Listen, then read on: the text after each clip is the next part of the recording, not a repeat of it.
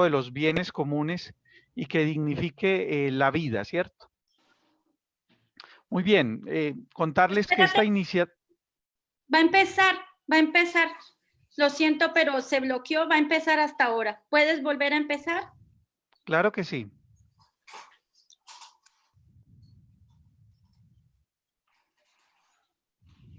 Listo. Está. Ya. Reciban un fraternal saludo a un espacio para el encuentro de saberes que sigue con el fortalecimiento del ciclo de conferencias denominado Cátedra Internacional de Paz 2020. Que la construcción colectiva de paz sea nuestra nueva normalidad. Recuerden ustedes que el objetivo de este ciclo es generar un espacio de discusión y debate sobre temas centrales que permitan pensar esa esquiva paz transformadora, comprendiendo diversos conflictos sociales, políticos y económicos de la región y el territorio. Pues, entendiendo estos pues como insumos que nos permiten articular acciones de transformación por un entorno solidario, equitativo, ecohumano, basados en el cuidado de los bienes comunes y que por supuesto dignifique la vida. Esta iniciativa se hace realidad gracias a la articulación de distintas voluntades, instituciones, grupos que unen sus fuerzas de manera solidaria y coliberativa. En primer lugar, la Red Interuniversitaria por la Paz, Redipaz, que está integrada por el Grupo de Investigación y Editorial Cavilando, por el Grupo GEDIPAT de la Universidad de San Buenaventura de la ciudad de Medellín, la Fundación Universitaria Católica del Norte, la Fundación Universitaria Claritiana, Uniclaritiana, la Dirección de Investigación de la Facultad de Derecho de la Universidad Autónoma Latinoamericana. También, además de Redipaz, hay otras voces vinculadas, otras voces en educación del Centro Internacional de Investigación de Claxo. Está también colaborando con esta iniciativa el Instituto de Pensamiento y Cultura para América Latina, IPECAL, de México, el Grupo de Estudio de Economía Digna, GEET, la Plataforma por la Auditoría Ciudadana de la Deuda en Colombia, y está finalmente Intal, Global Solidarity, que también acompaña pues de manera solidaria y colaborativa la organización de este ciclo, de esta cátedra. En cada cátedra estaremos ahondando sobre ejes temáticos centrales, locales, regionales y latinoamericanos, buscando pues generar insumos que aporten a la movilización de acciones sociales y ético-políticas.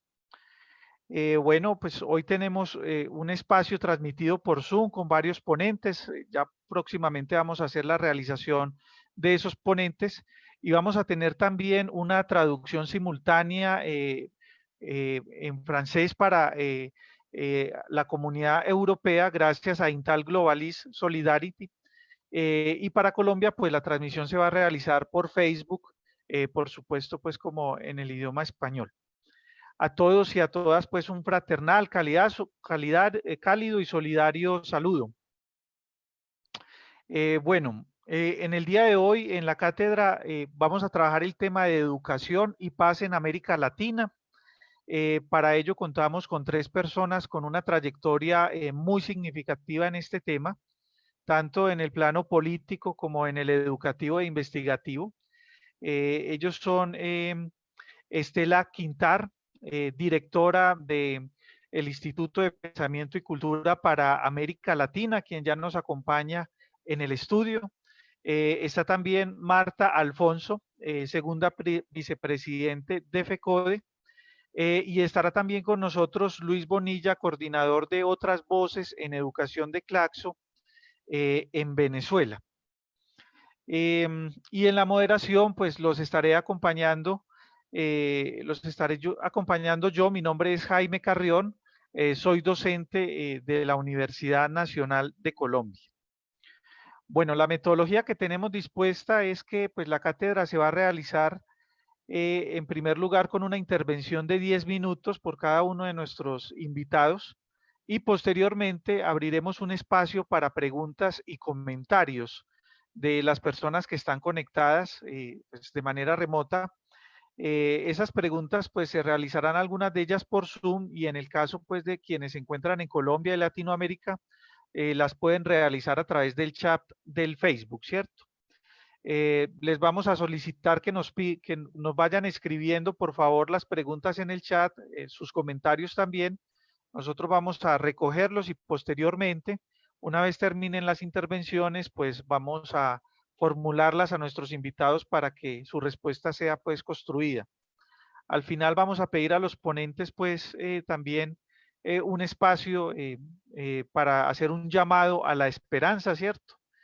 Señalando pues qué acciones pueden ser transformadoras, qué luchas podemos dar a propósito de los temas que hemos venido abordando. Em, a quienes nos escuchan y siguen, pues les agradecemos irnos dejando sus preguntas, comentarios en el chat del Facebook del Grupo Cavilando, de las redes amigas, y las vamos a ir contestando pues durante el desarrollo de la cátedra. Bueno, sin más preámbulos, entonces damos inicio. Yo quiero pues eh, invitar a Estela Quintar. Recuerden que pues Estela es directora del Instituto de Pensamiento y Cultura para América Latina en México. Nos alegra mucho, Estela, que usted nos acompañe en esta mañana. Qué bueno pues tener la oportunidad y el privilegio de escucharla.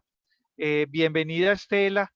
Y recuerda entonces que por un espacio de 10 minutos te vamos a escuchar para hacer esta primera presentación. Y bueno, toda la disposición, Estela, de escucharte y muy agradecidos por tu participación en este espacio, Estela. Estela, debes encender el micrófono. Recuerda que debemos activar el micrófono para...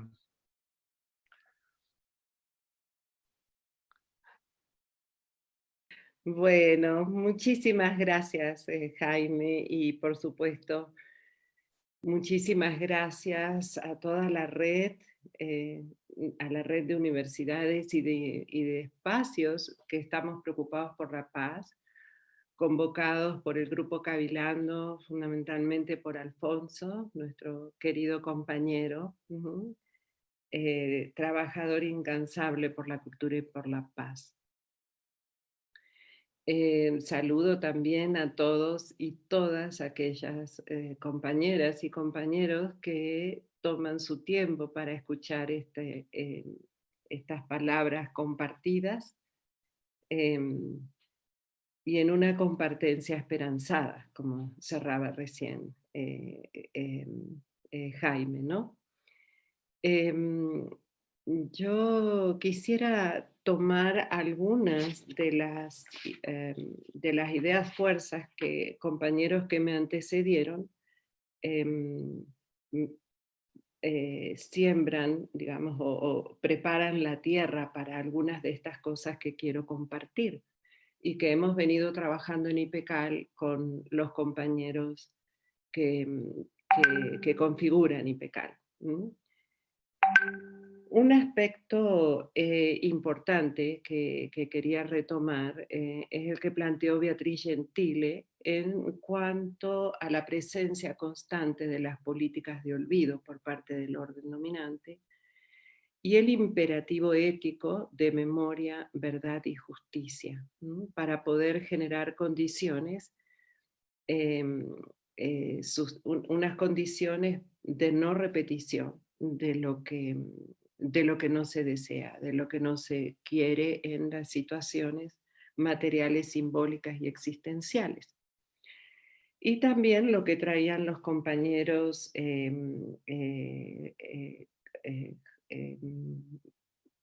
Jaime Caicedo y McJury Hill.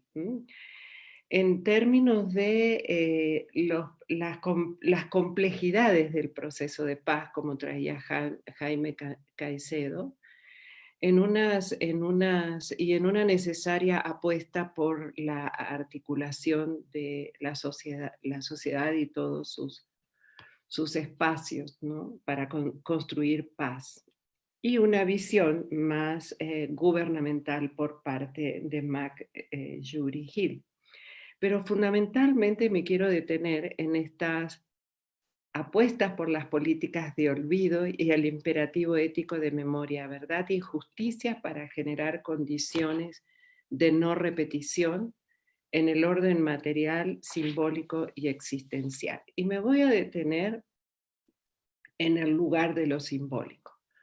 Como sabemos, y desde lo que los compañeros fueron diciendo, la paz puede abordarse desde una línea más estructural, gubernamental, desde los espacios de los movimientos sociales, pero quisiera detenerme en el orden de lo simbólico.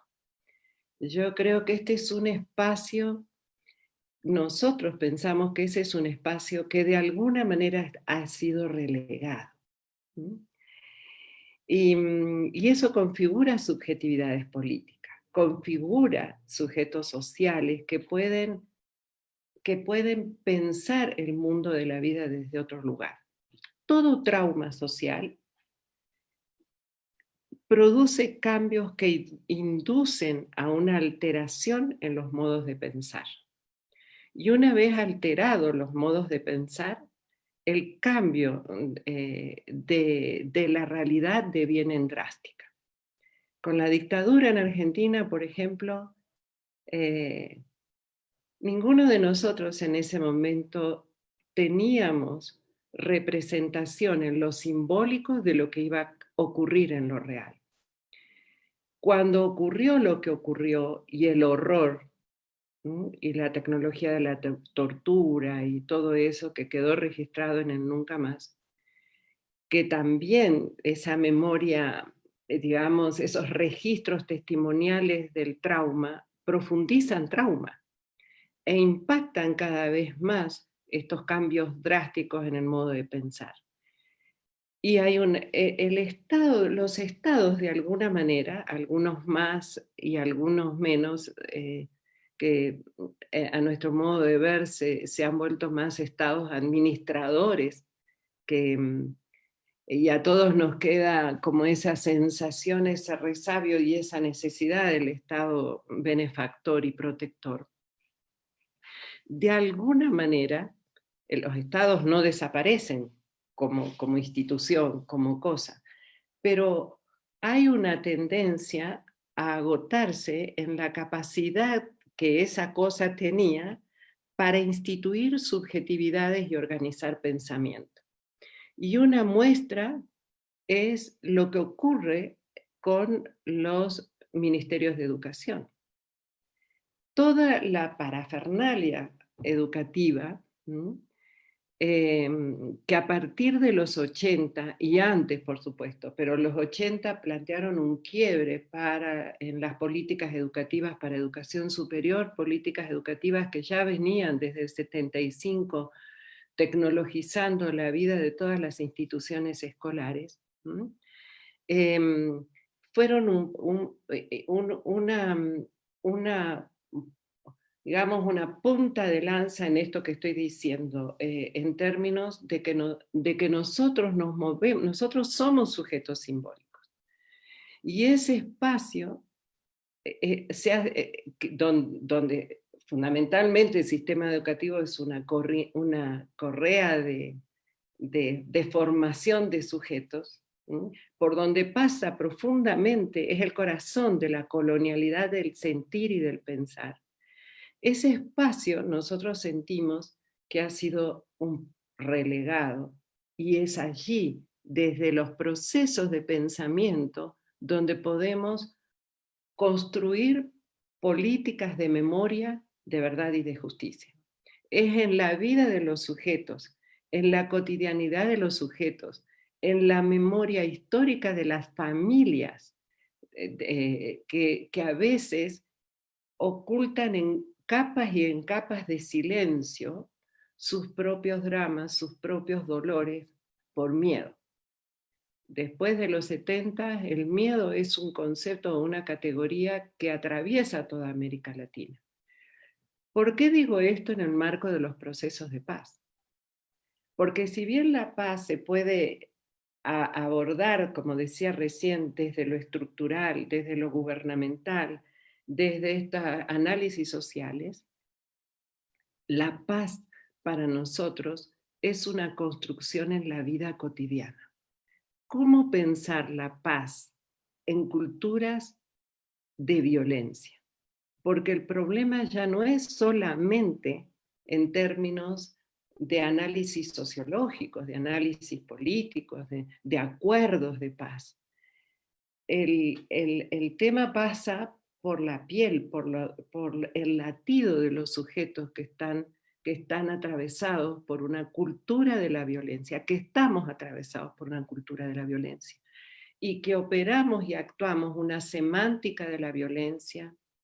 Cuando digo semántica, digo palabras que tienen sentidos y significados en la violencia. Valores que se han ido trastocando, por ejemplo, países que su estructura está basada en la desconfianza, porque tanta guerra genera desconfianza. Y entonces hay anécdotas muchísimas que uno podría contar, ¿no? En esta perspectiva. Nosotros jugamos entre lo real, lo imaginario y lo simbólico, pero no podemos relegar la construcción, la reconstrucción, la reconfiguración de los pensamientos que generen una otra cultura, que vayan resistiendo, bueno, más que resistir, no somos muy cercanos a este concepto, más que resistir, potenciando nuevas semánticas, nuevas miradas, nuevos pensamientos que restituyan el sentido de la paz.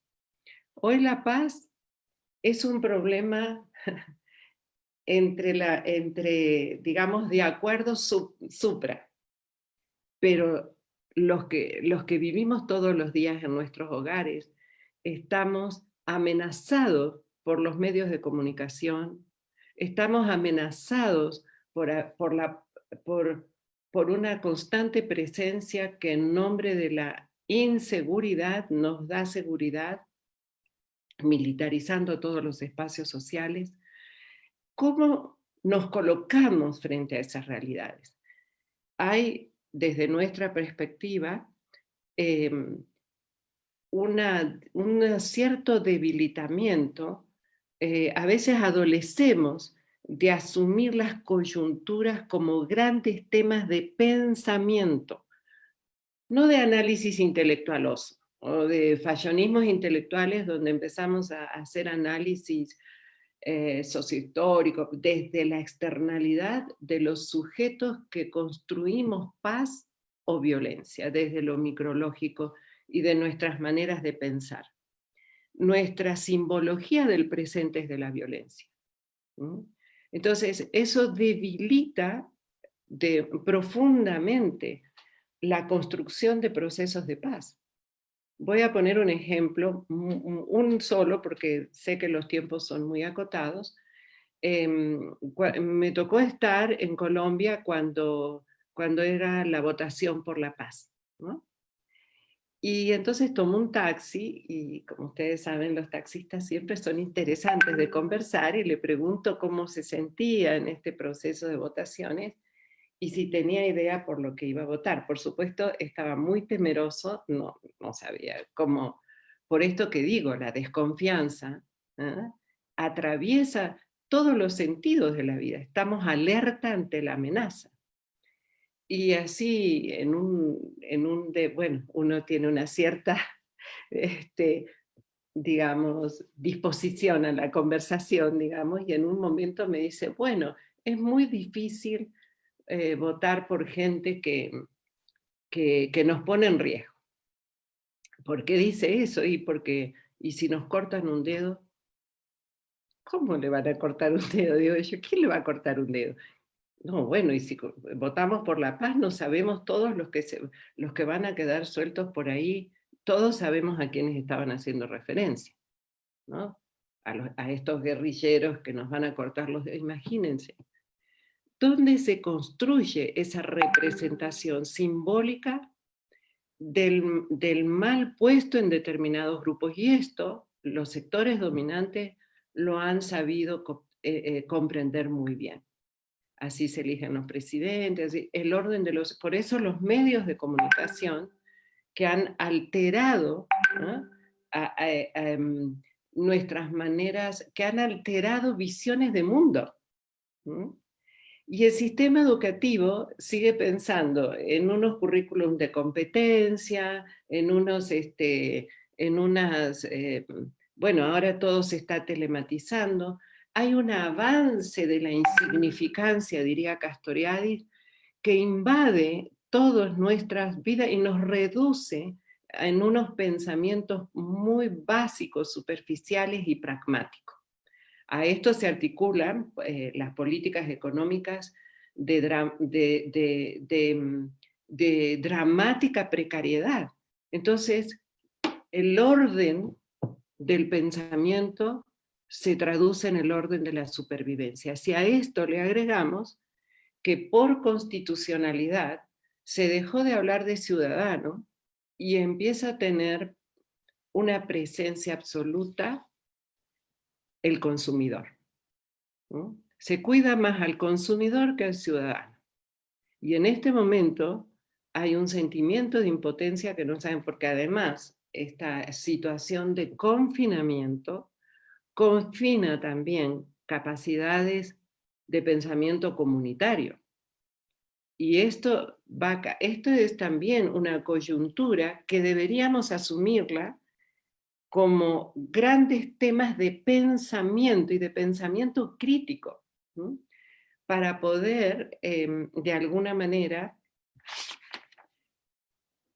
acoger este imperativo ético de memoria, verdad y justicia. Porque la memoria está en el cuerpo de la gente, no está solamente en los museos, que son importantes, pero nos recuerdan a veces lo que no queremos mirar. No están solamente en los testimonios de la tragedia, que en lo personal creo que a veces fomentan más un sentimiento de negación. Y una justicia no entendida como reparación. Bueno, hay una comprensión, a nuestro modo de ver, de la justicia que todavía se dirime en castigo o no, o el nivel de castigo, cuando la justicia también es un espacio de enseñanza, ¿no? Vivimos en unos estados dramáticos de violencia, de injusticia distribuida, pero una injusticia distribuida en el modo de pensarnos unos con otros, y una profundización de negación del sujeto. Hace unos días una vecina con un drama terrible porque había una bolsita de hojas afuera que estaban en su arbolito. Y era casi que tuvimos que hacer una reunión de la cuadra para ver qué hacíamos y que poníamos cámaras para ver quién había dejado la bolsita de hojas secas de los árboles de la cuadra. Hemos construido una sociedad de la defensa de uno con otro, y eso es del orden de lo simbólico. Eso es el éxito. Con algunas compañeras, como con Beatriz, hemos conversado mucho esto en términos de el impacto, esto que dije, los traumas sociales, las masacres que hoy por hoy hay en algunos países como Colombia, pero también México. Escuchaba de manera y esto fue muy claro cuando habló Maxel, el compañero, bueno, en esta conversación que se tuvo. Entonces, creo que los trabajadores de la cultura y los trabajadores de la paz tenemos que volver a luchar y a apropiarnos de lo que el orden dominante nos ha expropiado, nos ha despojado. El poder de la posibilidad y la potencia que genera los procesos de formación, entendiendo que los procesos de formación es trabajar sobre el orden de lo simbólico y no solamente sobre el orden de lo reivindicativo. La memoria se construye desde lo simbólico. Y eso sería el espacio de acogida del imperativo categórico de memoria, verdad y justicia, con el sentido histórico que configure y constituya paz, justicia, desde lo micrológico y desde la relación sujeto-sujeto para configurar subjetividades políticas que estén en la paz como dimensión política y no solamente como horizonte, ¿no? Como horizonte y como práctica política de vida cotidiana. Bueno, muchas gracias, Jaime, y muchas gracias a todos los que están en disposición de escucha y de esta manera configurar paz en nuestras palabras compartidas. Estela, muchas gracias por estos importantes aportes que nos has realizado en la mañana de hoy.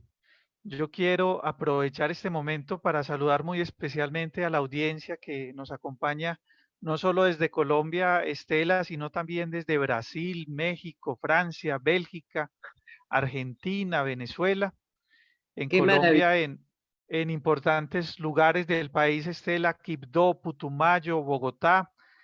También pues se han hecho reportes en el chat desde el norte de Antioquia. Y saludar muy especialmente a los integrantes, hombres y mujeres del Compás, constructores y voces de paz en Medellín, que tienen pues un importante papel en lo que es la implementación del acuerdo final en la ciudad, y que pues han tenido un compromiso tan fuerte con todos estos espacios desde donde se reflexiona sobre la construcción de la paz. Importante también saludar a Educal Supía, a la Universidad del Quindío, a la Universidad Simón Bolívar, que nos están reportando su audiencia. Entonces vamos a continuar en este momento y vamos a escuchar a Marta Alfonso, segunda vicepresidenta de FECODE en Colombia. Saludarte, Marta, agradecerte tu presencia en este espacio. No sé si de pronto ya Marta está aquí también en el estudio con nosotros. Ya que está, no hay problema, o no sé, ¿no me escuchan?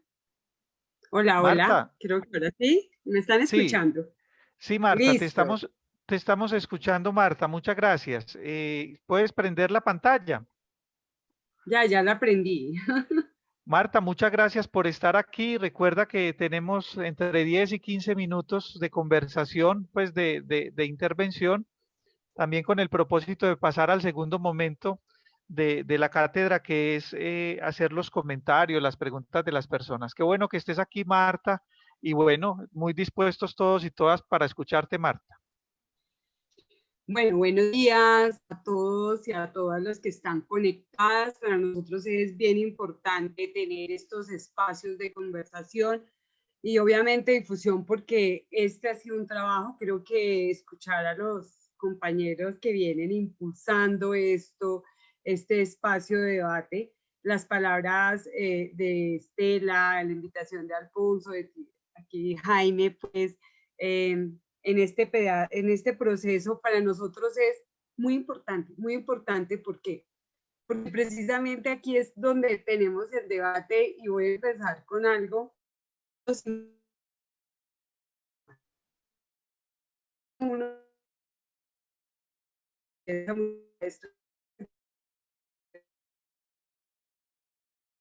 y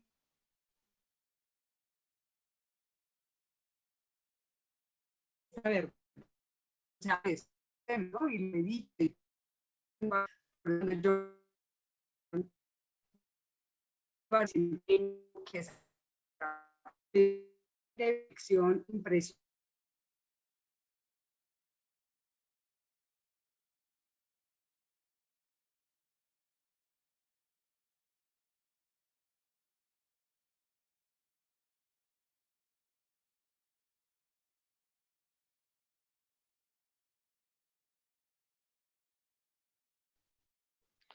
De pronto tenemos en este momento dificultades con el sonido de Marta, que se le No, está... se cayó la conexión, pero ya, eh, ya volví. Es que per- estamos, bueno, listo. perfecto, Marta. ¿Ahora sí me escucha? Bueno, entonces estaba diciendo que eso simbólico para mí es como cuando el maestro recibe una información de Cátedra de la Paz, de verdad, de violencia, hay un público, pero nosotros no hemos logrado que dentro de no solo este sector, sino dentro de muchos, la gente se siente escuchar a los otros, no solo a unos, sino a los otros de estos discursos. Entonces, ¿qué tenemos? Una necesidad de defender la verdad, de defender las narrativas, de defender a las víctimas y defender estos procesos.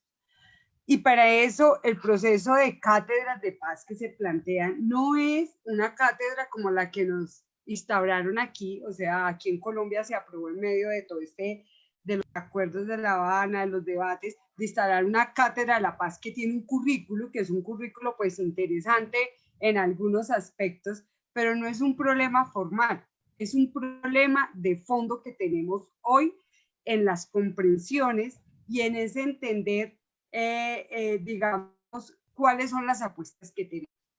Esta semana, particularmente esas dos últimas semanas aquí en Colombia.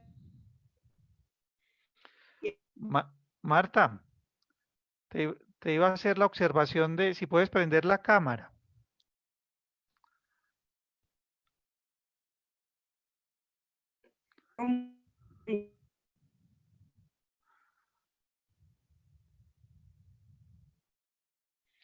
Bueno, parece ser que se nos ha caído Marta del sistema. Ya vamos a retomar con ella la conversación que nos venía planteando, pues como a propósito de este tema de educación y paz. Mientras Marta se va conectando, yo quisiera aprovechar para... Ah, bueno, ya nos volvimos a conectar con Marta. Marta, ¿me estás escuchando bien? Sí, te estoy escuchando bien. No, lamentable esto, pero imagínate, yo Tranquila, estoy en el Marta. centro de Bogotá y tenemos este problema. Retomo. Tran- Mire, yo aquí Retoma quería Marta, sí, gracias. ir a unas premisas que nosotros tenemos, digamos así, de la importancia de todo esto, de lo que viene pasando particularmente en Colombia con los informes a la Comisión de Esclarecimiento de la Verdad, a la Jurisdicción Especial para la Paz y a la Unidad de Búsqueda de Personas Dadas por Desaparecidas. Entonces, ¿qué vemos nosotros ahí? Mire, el problema no es solo hacer los informes, eso es una parte muy importante para las víctimas, para que queremos que que la historia se cuente por los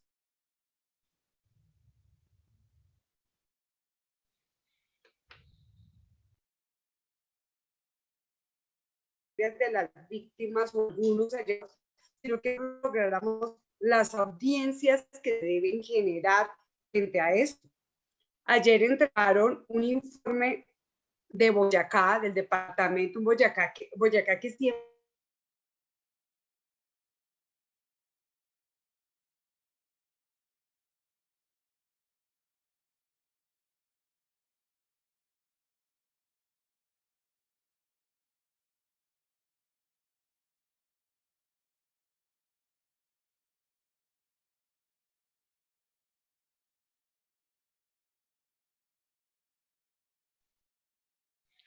Volvimos de pronto a perder a Marta. Vamos a esperar un momento para eh, que ella de pronto vuelva a conectarse. Mientras tanto, pues como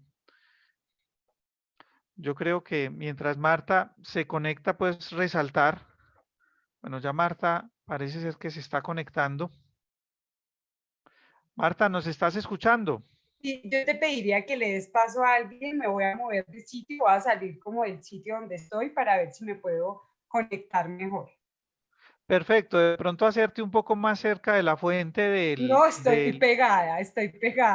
o si Toca quieres, Marta, ¿por qué no exploramos dejando la cámara sin utilizar la cámara para ver si pasa solamente el no, sonido con mira, mayor es que se facilidad? cae todo el sistema, te voy a pedir un favor, si quieres Ah, pasas ya. la otra intervención y yo me muevo hacia afuera del apartamento lo hago desde ahí, desde el celular y ya hablamos. ¿Listo?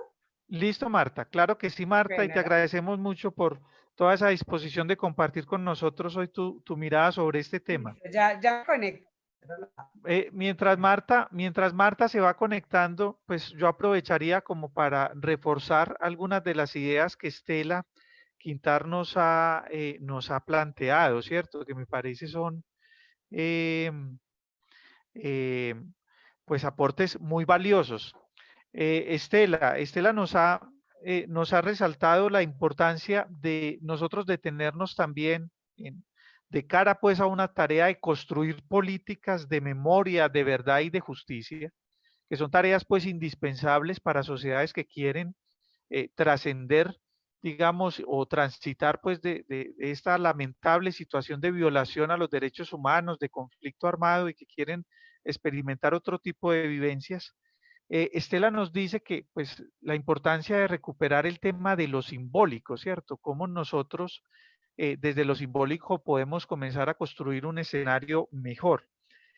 Y pues ella ha sostenido que ese espacio lo hemos dejado relegado y bueno, de pronto el caso colombiano es un caso también ejemplarizante en ello, porque pues no estamos promoviendo desde lo simbólico un cambio en el modo de pensar y especialmente en los aparatos educativos, en los ministerios de educación que existen en nuestros países, no se tiene en cuenta como esa posibilidad que tienen estos aparatos de ser protagónicos en la formación de los sujetos y no están dispuestos, digamos, a construirse desde allí unos procesos donde sea posible precisamente construir la memoria, construir la verdad y construir la justicia. Yo me atrevería a decir de pronto, Estela, que no sé si me estás de pronto escuchando, Estela, que esa tarea de construir memoria, verdad y justicia, el Estado la ha dejado como relegada a la sociedad civil organizada, a los movimientos de víctimas, a otros actores que por supuesto quieren intervenir allí para que la sociedad supere pues estas condiciones, pero que si el Estado tuviese una disposición con todo ese aparato educativo, podría avanzar de manera muy significativa, pues como en este asunto, ¿cierto? Eso es lo que de pronto tú nos has querido como llamar la atención hoy cuando hablabas sobre eso que se está perdiendo, ese protagonismo que tiene el Estado, pues como en la formación de los sujetos. Y también nos decía Estela pues, una idea que es fundamental y es que pues nosotros tenemos que aprender a construir todo un ambiente de paz alrededor de la vida cotidiana, ¿cierto? De los espacios de la vida cotidiana. Y desafortunadamente quien está protagonizando la vida cotidiana es el medio de comunicación social, muchas veces creando unas amenazas fuertes frente a esa construcción, digamos, que debemos hacer de la paz y donde lo simbólico tiene pues como una oportunidad tan importante, ¿cierto? Quería resaltar esos dos elementos en la propuesta de Estela Quintar, porque me parece que en el caso colombiano, Estela, pues hablaría como por el ciudadano promedio, ¿cierto? No tiene tampoco uno que ser un experto en estos temas para poder percibir que lo que nos estás diciendo son situaciones que hemos vivido y que nos dificultan, por supuesto, construir la cultura de paz que quisiéramos, pues, como en nuestra sociedad. Muy bien. Estela, te cuento que ya tenemos, y le cuento a la audiencia que ya tenemos también aquí la presencia de Marta, eh, que ha sido pues una presencia, Marta, como en toda esta cuarentena de contingencia, ¿cierto? Yo creo que estás allá resolviendo los asuntos de la cruz. Aquí. Pero yo creo que eso nos ha pasado a todos y es parte ya de esta situación en la que estamos, ¿cierto? Entonces, Sí. Marta, te retoma para que sigas continuando con tu discurso y te agradecemos mucho toda esa buena voluntad y esa disposición que has tenido para compartir tus aportes con nosotros, Marta. Bueno, afortunadamente tengo una hija que es medio hacker, entonces me hizo Ah, malo. bueno. Bueno, listo. Vea, para poder retomar la discusión, porque yo entré planteando este ejemplo de los públicos, de las audiencias. Yo creo que ha crecido las audiencias frente a entender la importancia de desenmarañar qué fue lo que pasó, por ejemplo, en el conflicto en Colombia. Y eso lo siente uno porque ya hay mucha gente preguntando, ya hay más gente que se conecta o más gente que le habla de estos temas aún. Pero para nosotros la discusión, como decía, no es solamente construir los informes, eso es una parte y eso sana en términos de los dolores, de volvernos a reencontrar colectivos y hacer nuestros informes a la Comisión de la Verdad, porque ahí hay un debate, una discusión, no sabemos cómo queda el informe, porque son muchas partes, muchas voces, pero el solo entregarlo nos genera a nosotros digamos, un hecho que une y que genera poder entender, y obviamente se pasa del llanto a entender el hecho político y la necesidad de que esta verdad se conozca. Ese es un lado. El otro lado es precisamente lo más importante y es defender la verdad. Y hay una cuestión que nos planteaba Alfredo Molano que me parece súper importante y es una frase que siempre me ha llegado al alma y hoy casualmente la vi, alguien la puso en su muro, y es la verdad por sí sola, o sea, los informes como tal, no tienen sentido si no hay un poder que lo defienda, un poder que defienda esa verdad. Y obviamente en Colombia lo que tenemos es eso, las verdades, todas las verdades de cada uno según sus intereses y una disputa por esa narrativa. Entonces sale esta semana a decirnos Pizarro, el politólogo, que hay que cambiar el enfoque de la verdad para que no genere disputa. Eso es inevitable, que haya una disputa porque ¿quién tuvo la responsabilidad de una masacre? ¿Quién permitió que encerraran 10 días a la gente en el área y no les llegara ninguna ayuda cuando se alcanzó a avisar de que estaban los paramilitares? ¿Quién estaba detrás de eso? Ayer entregaron el informe de Boyacá, estaba contándoles, y en ese informe de Boyacá, que hay que escucharlo, hay que leerlo, sí sé que causa mucho dolor porque fue una estigmatización que se le generó entre todas las masacres que cuentan, una estigmatización que se genera en la Barranza Grande. Y entonces se hace toda la investigación, ahí están 5 organizaciones muy fuertes en derechos humanos, y en esa investigación hay una persona que se había inscrito como víctima porque le asesinaron al papá, pero resulta que esa persona hacía parte de inteligencia, ¿sí? Y él, en el momento que pasa la masacre, él es el que ayuda a avisar para qué. Lo que se dice es, a ese bus que va para allá, párenlo. Y todas las personas mayores de 18 años, asesínenlas. Sin solo hombres. Y dígales que lo hacen porque son guerrilleros. Y den gente viva para que lleven el mensaje. Mandaron hombres y 3 mujeres. Son 15 personas, las bajaron a todas, las acostaron, entonces está el hijo de una pareja que quedó vivo, pues eso fue muy duro. Pero resulta que cuando hacen los levantamientos, esta gente dice, yo voy a ir a recoger los que no le tengo miedo a nada. Y cuando llega al sitio, entre los que asesinaron, estaba su papá. Él no sabía que el papá iba en el bus, estaba su papá. Entonces, claro, se descubre eso y a él lo sacan y dicen, usted no puede ser víctima porque usted era parte de la estructura paramilitar, está demostrado, etc. Entonces, cuando usted coge y lee eso, usted le pasa algo por el cuerpo y dice, ¿por qué la gente no entiende cómo nos dividieron al pueblo y cómo muchas personas pasaron a ser parte del otro bando? Y estas verdades se tienen que conocer para que se vean cómo se manipuló y cómo el Estado actuó por acción a través de sus fuerzas armadas, de su inteligencia militar, entregando listas por el DAS, y cómo del otro lado hubo omisión, como en el caso, omisión, sabían que estaban matando, masacrando, quitando cabezas, todo lo horrible que es la masacre, quemando un pueblo y lo permitieron.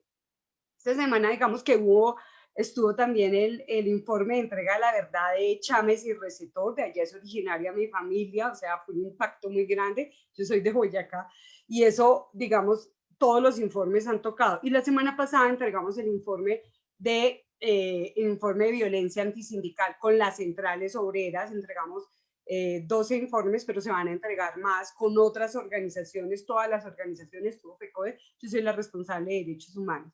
Entonces, ¿por qué quiere ir? Porque es que nosotros no estamos hoy hablando de una verdad que pasó, es una verdad que recoge años, pero estamos en medio de las masacres y del conflicto. Estamos en medio de una guerra por acabar la Comisión de la Verdad, la Jurisdicción de la, Especial para la Paz y las Cortes. Y como maestros y maestras tenemos una responsabilidad frente a decirle a los niños y las niñas que tienen que tener un pensamiento crítico y que deben escuchar qué pasó, porque este país no se lo podemos dejar para que se repita igual. O sea, la educación aquí es fundamental y obviamente a eso nos señalan como adoctrinadores, pero precisamente ¿por qué? Porque no se trata de que nosotros le digamos que es verdad ni que no es verdad, sino que aquí hay hechos que ocurrieron, que se han reincidido y que no hay posibilidades de verdad y justicia y reparación mientras no se logre un real e íntegro acuerdo de paz, un acuerdo de todas las partes. Pero en ese sentido, hoy hay una apuesta fascista de acallar voces. Entonces, se desdibuja a la masacre, se le dice asesinato colectivo, a los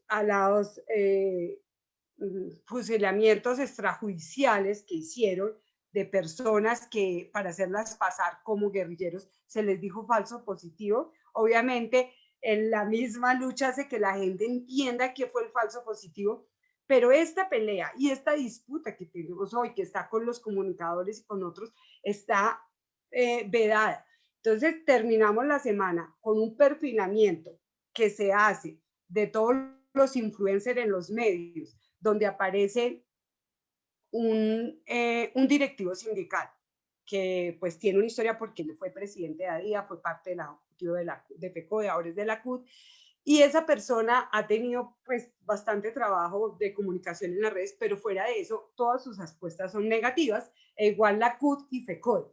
Pero también nos llama la intención de que igual pasó con las carpetas de semana, que eso sí son ilegales del todo, aparecen sindicalistas, pero nunca nos nombran, porque hay una necesidad de negar eso, de negar que el sindicalismo es un actor social de la democracia, pero también un señalamiento a los maestros y maestras que nos dicen que nos pongamos al margen del conflicto y que nosotros no tenemos derecho a opinar, que nosotros nos dediquemos a enseñar sumas, restas, la M con la A exactamente, pero nada que tenga que ver con los contextos. Entonces aquí de fondo hay un debate en esta disputa por la verdad y en la posibilidad de construir otra Colombia diferente con democracia, con participación y con transformación social. Porque ¿qué es lo que uno siente cuando va a Argentina? Yo tuve la posibilidad de estar a finales de febrero y casualmente había una asamblea del CETERA de todas las regiones, estaban en sus discusiones y ellos, pues yo estaba ya por otras situaciones, pasé a saludar y me dieron un espacio. Cuando yo les conté que nosotros estábamos haciendo paros por la vida, por las amenazas que llevábamos y que gran parte de las amenazas era por los informes que estábamos entregando al sistema, a la JEP y a la Comisión de la Verdad, y empecé a relatarles lo que estábamos viviendo, vi muchos maestros ya bien grandecitos lloraban y decían, nos recordó a Videla. Pero yo sentía que por más dura que sea la situación argentina, Argentina logró hacer unos informes que mínimamente lograron retejer otras estructuras y puede tener miles de problemas sociales, pero un reconocimiento, ¿verdad? Aquí no se quiere dar paso a eso y hay que tener en cuenta que es uno de los informes más cuestionados, de verdad. O sea, es de los informes más cuestionados, pero al mismo tiempo, el hecho de que se pudiera hacer y que inmediatamente transitara por las bases, se generó un discurso frente a eso. E igual pasa en otros países, pero en Colombia no logramos pasar la página. Cada vez se engrosa más y tendremos que hacer otras comisiones de verdad para otros procesos de paz, para un día llegar hasta allá, pero no podemos dejar de actuar. Y de verdad, esta semana fue impresionante la cantidad de informes que se entregaron. Cuando uno los ve en su secuencia, también ha entregado el ejército y también ha entregado sectores de la derecha, sectores de los que han mantenido esto y tienen derecho a entregarlos. Pero eso también obliga a que él mismo llamaba a las FARC, digan la verdad para que realmente se fortalezca en este proceso la democracia y se piense en medidas de no repetición, porque eso es lo complicado. Los informes de la verdad se hacen post conflicto Aquí se están haciendo en medio del conflicto, amenazados, ¿sí? Acallando víctimas, y tenemos muchos casos donde las víctimas dicen, yo no puedo hablar, Marta, porque aquí tengo a los paramilitares, al otro lado están las disidencias, está el ejército. Si yo hablo, salgo de este territorio y no quiero irme, tengo todo aquí.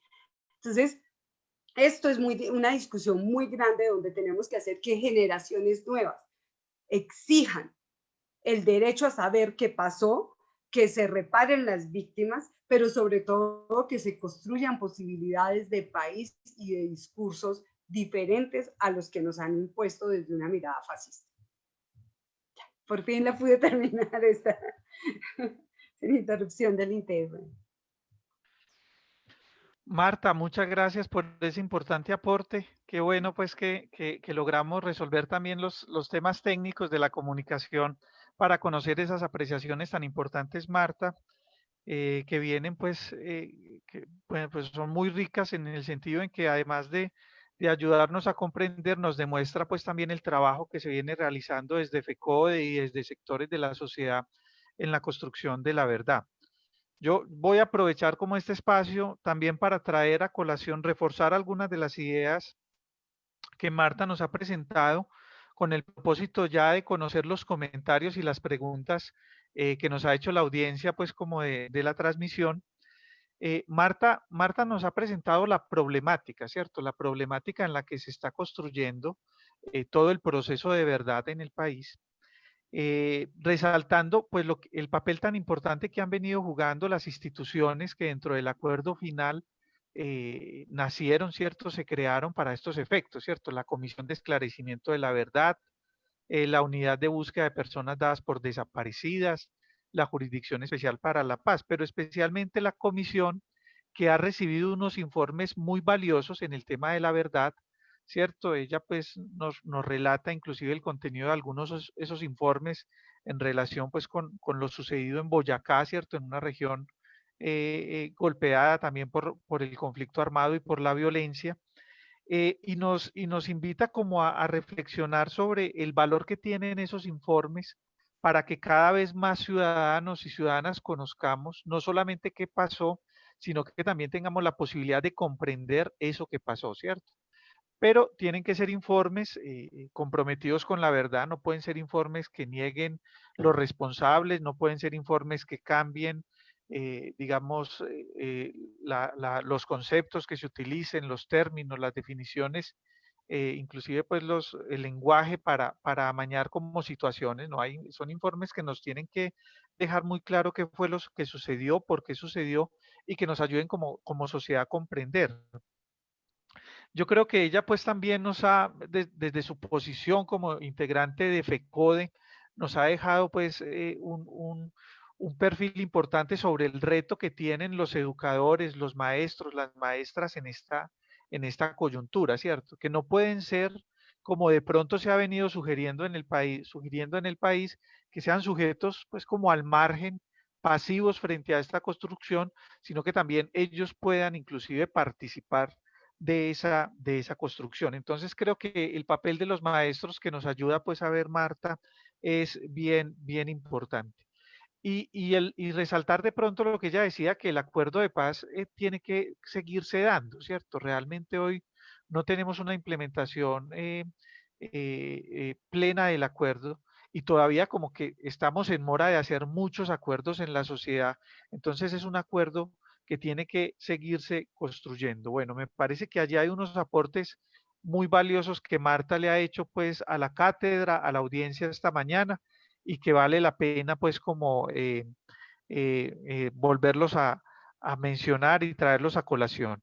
Quiero contarles que Luis Bonilla, que pues lo habíamos anunciado también para participar, finalmente tuvo pues unos percances de conexión y no se pudo conectar Luis Bonilla, que nos acompañaba de otras voces en educación, ¿cierto? Él es el coordinador de esta plataforma en Claxo, en Venezuela, y desafortunadamente no se pudo conectar. Pero pues nosotros sí vamos entonces a revisar los comentarios y a revisar de pronto los aportes que nos han hecho por vía chat. Eh, volver de pronto a realizar antes de ello unos saludos de rigor. Qué bueno pues como contar aquí también con la Universidad Simón Bolívar, la Mesa de Víctimas, la Universidad Autónoma de Guerrero. Qué bueno contar con Derechos Humanos de FECODE, que ya también Marta mencionaba su responsabilidad allí, con la Escuela Víctor Jara de Medellín, con la subdirectiva de EDUMAC en Ciénaga, con la Asociación para el Acompañamiento y el Emprendimiento de la Mujer Barboseña, y también pues con las integrantes de la Central Unitaria de Trabajadores. Qué bueno que nos estén acompañando y que refuercen esta audiencia tan importante esta mañana en la cátedra pues de paz. Bueno, hay varias preguntas. Yo voy a comenzar con una pregunta para Estela, ¿cierto? Una pregunta pues del público. Creería que podemos ir haciendo las preguntas, contestarlas y luego pues contestarlas lo más, digamos, lo más sintético posible, sin demorarnos mucho para que podamos ir avanzando, ¿cierto? Voy a comenzar con Estela. Nos preguntan Estela en la audiencia, ¿es posible pensar y posicionar la paz como un componente identitario ético de América Latina? Una pregunta que nos hacen Estela. ¿Qué piensas sobre eso, Estela? Esa posibilidad existe para nosotros, pensar la paz, posicionarla como componente identitario ético en América Latina. Recuerda prender el micrófono, Estela. Sí, Sí, señora. bueno, en primer lugar, me parece que la paz es más que un tema. Con todo esto que nos trajo también Marta y lo que venimos planteando, lo que se viene planteando en los distintos espacios, la paz es un problema complejo y mucho más en esta época, ¿no? Donde se ha ido como, ¿cómo diría?, separando lo político de lo que es la práctica, como la, la política es una práctica también, no es solamente un problema, digamos, supra, vuelvo a decir. Y en ese sentido es que hacía referencia a lo simbólico y, y la responsabilidad que todos tenemos de reordenar este mundo simbólico tan atravesado por el miedo, por la locura, ¿no? Por lo siniestro, ¿no? Y por todo, por esto, estas cuestiones que traía Marta. Pero creo que para que este sea realmente un componente ético de América Latina, es decir, la ética entendida como la capacidad de elegir qué sentir, qué pensar y en consecuencia qué hacer en coherencia con ese sentir y con ese pensar. El caso de Colombia es realmente, bueno, como también Centroamérica, digamos que son espacios, toda América Latina, pero hay países que, como decía Marta,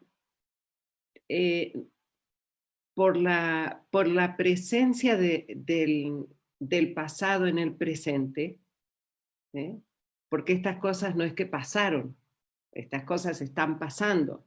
43 masacres en un año, en este tiempo, en Colombia, con jóvenes, pero además, después de un exterminio sistemático de líderes sociales, de manera que es muy seleccionado lo que está ocurriendo en América Latina, la criminalización de los jóvenes, en fin, podríamos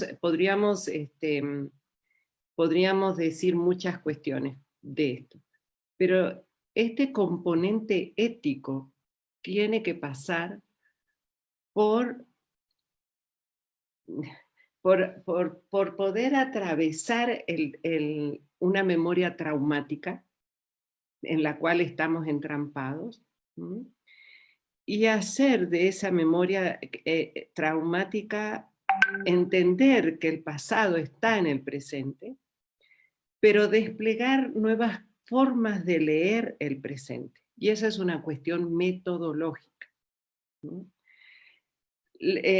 Trajiste recién, Jaime, un concepto que es comprender, ¿eh? Comprender lo que nos está pasando, interpretar lo que nos está pasando y descubrir los principios organizadores que ordenan este presente que no termina de ser pasado. ¿Okay? Creo que nos está faltando a quienes estamos en el sistema educativo una capacidad creativa y de imaginación que nos permita salir del entrampamiento que el orden nos ha generado en términos de prácticas, relaciones y representaciones en los procesos de formación, tanto escolar como no escolar. Asumir la educación popular como una práctica formativa que no tiene lugares, que no es solamente en las comunidades. Nosotros entendemos que pueblo es escuchar lo que puebla el territorio. Eso es pueblo para nosotros. Y escuchar lo que puebla en el territorio es escuchar lo humano y lo no humano en su susurro. Porque el miedo que atraviesa América Latina, el miedo que nos ha dejado la muerte sistemática a través de las dictaduras militares, pero también a través de las otras dictaduras. Porque la dictadura no es solamente militar. Ese fue un momento de la dictadura, pero el proyecto tanático, el proyecto de muerte, es más largo. Nosotros le llamamos el proyecto del mal, que claro, empezó con la colonización, pero que se va actualizando, continuó con las dictaduras económicas, cuánta gente se suicidó, cuánta gente, o sea, la dictadura económica nos va oprimiendo, la dictadura simbólica, cuántos compañeros y compañeras de radios comunitarias fueron asesinados, y hoy la dictadura jurídica. Entonces, ¿cómo vamos a leer unos espacios donde el proyecto no es solamente la muerte física, sino también la intervención en nuestros modos de pensar? Y eso es más invisible. Entonces, el componente ético tiene que ver con una comunitarización del proyecto de lo posible, del bien. Y esto implica poder replantear incluso el concepto de verdad, que es muy complejo, y voy a decir algo arriesgado, si bien pasa por la escucha de quienes vivieron, y si es que se atreven, nosotros estamos trabajando con compañeros de Amnesty, de la Casa de Refugiados, de distintos ámbitos que sostienen refugiados y presos políticos, y toda esta gente que va transitando por distintos lugares para pedir ayuda de acogida, tienen cada vez más dificultades. Y tienen cada vez más dificultades porque cada vez la informática permite menos movimientos de la gente de país en país. Y cada vez la mirada de la gente, la mirada de los ciudadanos o de los sujetos sociales, es de mayor desconfianza de aquel que viene de determinados países huyendo. Entonces, las verdades están muy relativizadas por el miedo, por la muerte, por esta locura. Y además, como dijo Martita, hay verdades que vienen de un lado o del otro. Nosotros pensamos que hay que ponerle otro nombre al sujeto, que es responsabilidad. De repente hay una desresponsabilidad social de todo lo que nos está ocurriendo.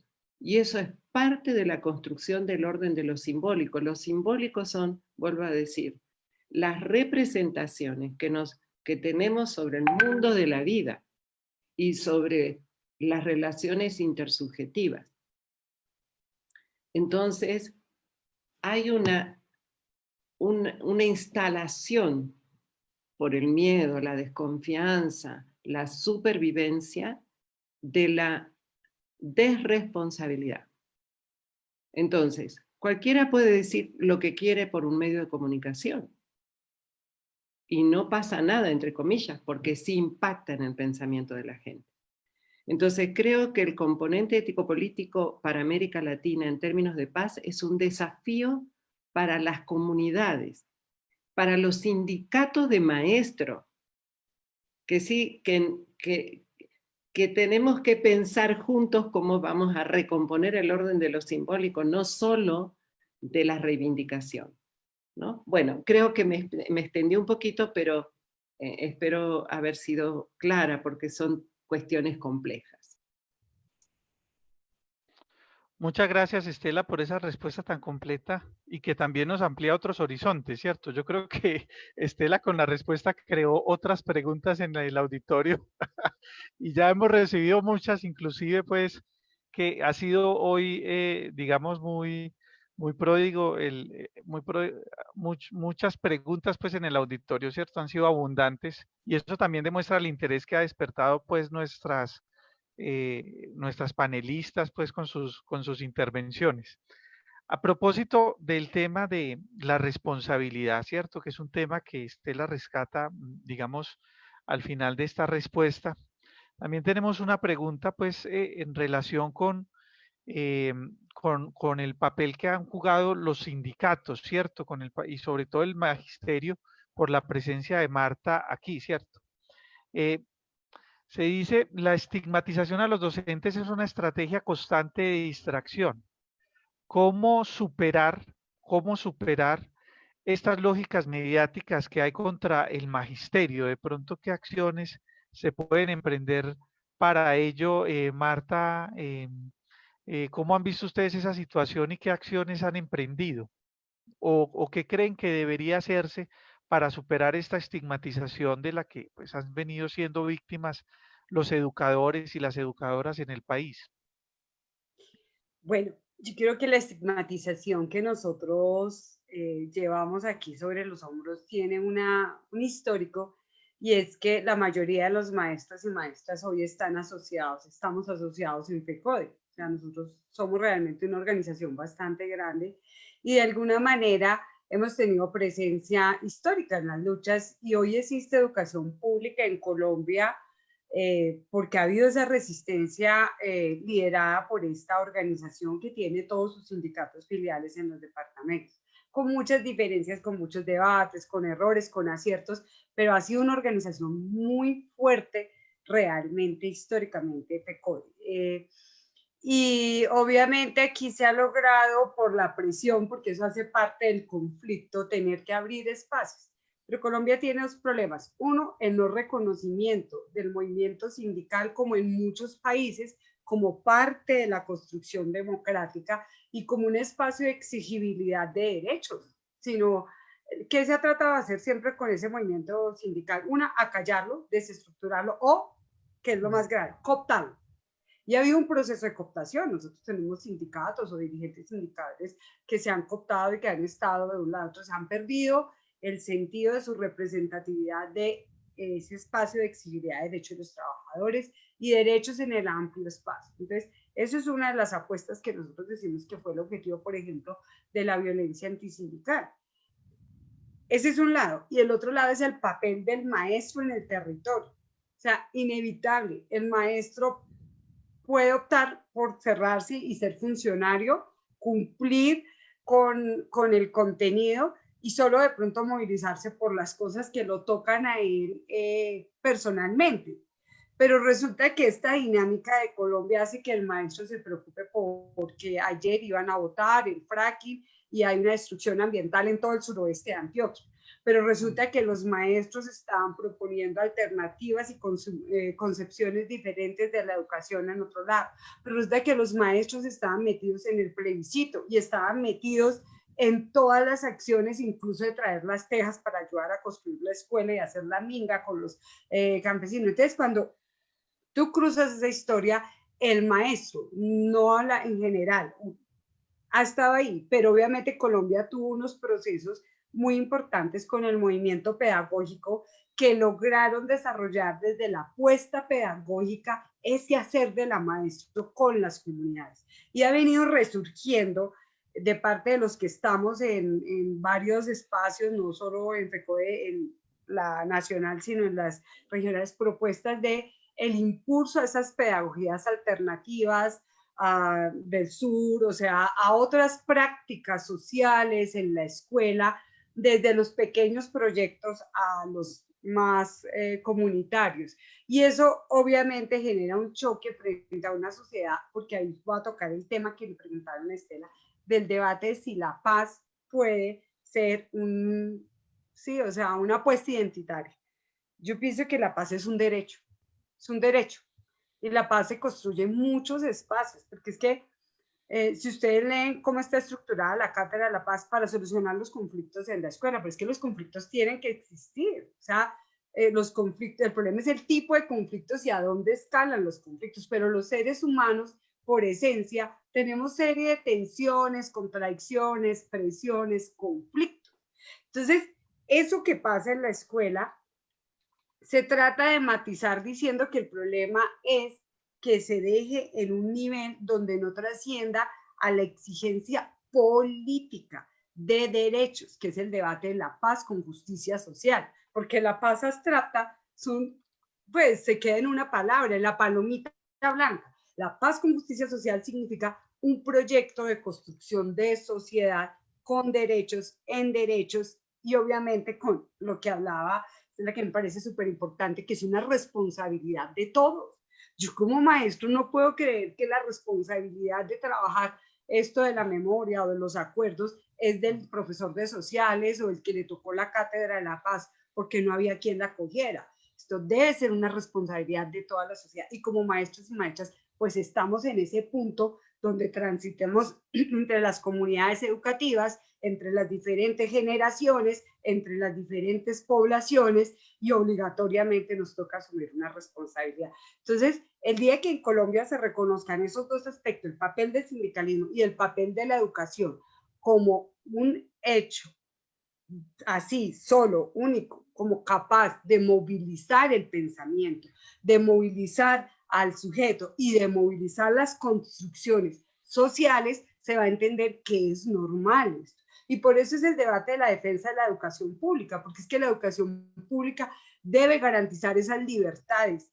Y el hecho de que haya educación privada no significa que allá no se promuevan otros currículos, pero obviamente tienen sobre el problema de que es privada la posibilidad de imponer otro currículo. Entonces aquí hay una discusión de lo público, de la paz como derecho, paz como justicia social, pero también es de dónde se construyen esos procesos. Y la educación es fundamental. Y no solo la educación en la escuela, todos los espacios de educación comunitarios, sociales, los medios de comunicación como parte de las redes sociales hoy hacen parte de esa educación y son las que han destapado muchas cosas. Entonces, creo que esa construcción que se pregunta es necesaria para que precisamente se acabe la estigmatización, pero no puedo estar pensando que solamente yo voy a la asamblea sindical, allá tengo un discurso, pero cuando llego al aula reproduzco el discurso neoliberal y entro a preparar las competencias y no me cuestiono sobre mi currículo, sobre mi práctica,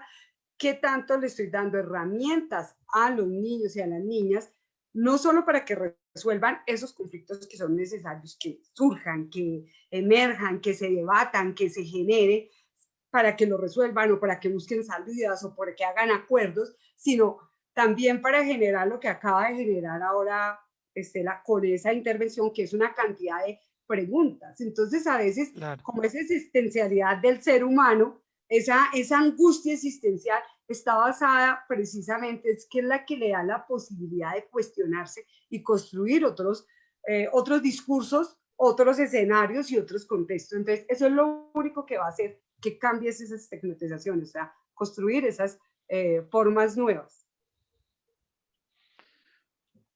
Muy bien, muchas gracias Marta por esa interesante respuesta. Yo aprovecho también para leer uno de los comentarios que nos hacen en el público a propósito del papel que tiene el sindicalismo en este aspecto. Dice pues un participante, el sindicalismo es un actor social y es por esto que sus representantes en las centrales obreras deben ser íntegros y representar verdaderamente los intereses de todos los trabajadores y no como se está presentando o como se viene presentando actualmente, ¿cierto? Es también, digamos, una valoración del sindicalismo y también una crítica, pues, que se está planteando desde allí. Marta, nos han preguntado en dónde puede uno conseguir los informes de memoria, los informes que se están entregando a la Comisión de Esclarecimiento para la Verdad. Bueno, en el caso de nosotros de FECODE, tenemos un informe que se entregó que se llama La vida por educar. Es un informe muy, muy duro, pero es muy bonito porque es mostrar que que los maestros dieron la vida por educar y los mataron, los persiguieron, los asesinaron, pero que esa es una persistencia y es un lema de nosotros. Ese informe está en la página de FECODE y ese informe lo encuentras por las redes fácilmente porque lo hicimos público e incluso lo imprimimos. Lo imprimimos, no lo hemos podido difundir porque pues vino esto de la pandemia. Ese mismo informe se le entregó a la Comisión de la Verdad para el caso de violencia antisindical. No se publican los casos porque en el caso de la Jurisdicción Especial para la Paz usted tiene que hacer como un caso judicial, hacer cada persona y demostrar que hubo un patrón, etcétera. Entonces se entrega todo el análisis y pues las palabras, el debate que ha habido sobre. Y el segundo informe aún no lo hemos entregado, que se llama El impacto del conflicto armado en la escuela, que coge no solo a los sindicalistas, sino coge a todos los maestros y maestras que asesinaron en el territorio. Y voy a decirlo así, ahí hubo asesinados por los paramilitares, por el ejército, por la guerrilla, por malentendidos, incluso por situaciones complejas, por su liderazgo, por disputa territorial, por proteger a las niñas para que no se los llevaran a los campamentos de los paramilitares para la prostitución, porque no reclutaran para la guerrilla, para otro lado. Hubo maestros asesinados, pero también destruyeron escuelas, destruyeron estos espacios. Nosotros estamos avanzando con bastantes dificultades por lo de la pandemia. Esperamos terminarlo porque queremos contar cómo fue afectada la educación. No solo ni siquiera solo el maestro y sobre todo el sindicalista, sino toda la educación, cómo se influyó en el currículo, cómo se rompieron las prácticas en la escuela, cómo se desplazaron comunidades, y hay unos relatos que usted queda impresionado de verdad de cómo esto ha venido sucediendo. Entonces, ese lo estamos haciendo. El resto de informes de la Comisión de la Verdad, varios han sido publicados por las organizaciones, porque la Comisión no publica los informes, pero también usted en la página de la Comisión de la Verdad, también de la JEP, pero sobre todo de la Comisión, encuentran los eventos donde las víctimas hablan y narran varios de estos aspectos que es importante hacerle seguimiento. Qué bien, Marta. Muchas gracias entonces por esa orientación. En la audiencia de hoy, pues hay preguntas inclusive muy al detalle, profesora Estela. Incluso en la audiencia nos dicen, los ejemplos de la profesora Estela nos permiten remitirnos a la teoría de los dos demonios, de los procesos transicionales y políticas de la memoria. La pregunta sería, ¿cómo combatir y potenciar otros referentes simbólicos y políticos de las dinámicas transicionales y adopción de políticas de memoria, más allá de los planos institucionales que no atienden los procesos reparadores del tejido social?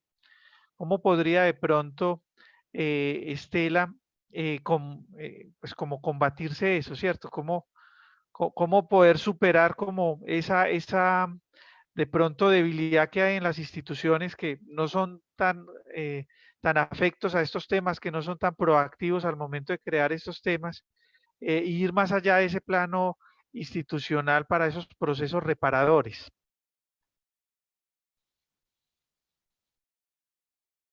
Bueno, primero quiero un minutito tomarme para reconocer en mucho lo que dice Martita, ¿no?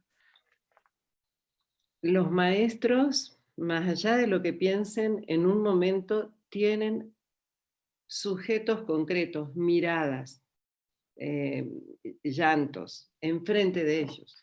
Yo he sido maestra muchos años, sigo siendo maestra, pero en otros espacios.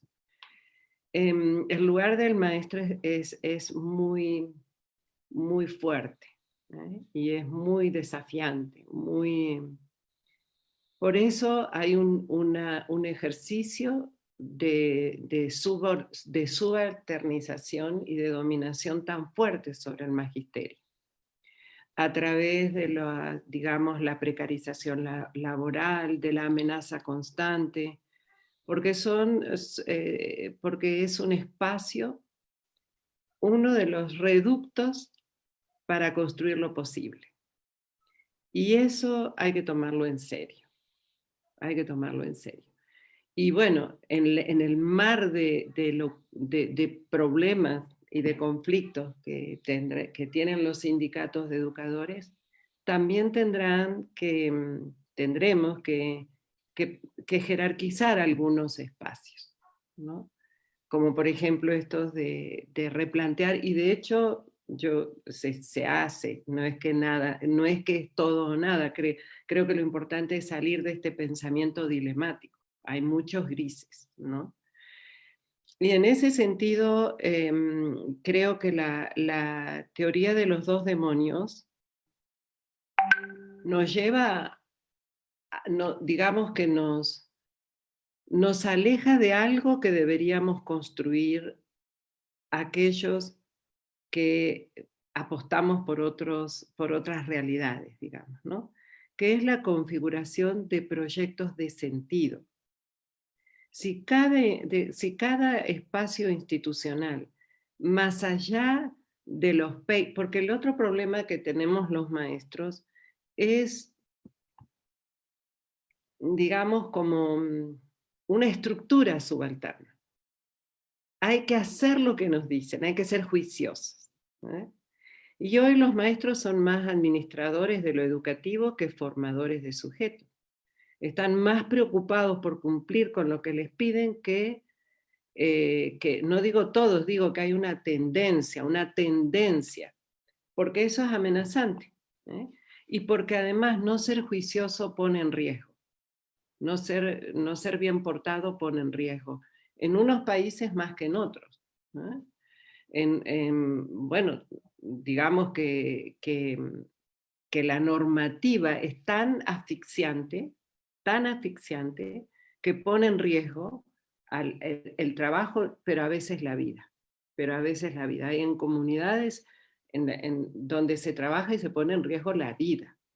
Entonces lo que voy a decir, lo voy a decir tratando de romper estas ideas dilemáticas. Cuando yo digo que para nosotros el pueblo es escuchar, porque ese es un concepto fundamental para los maestros.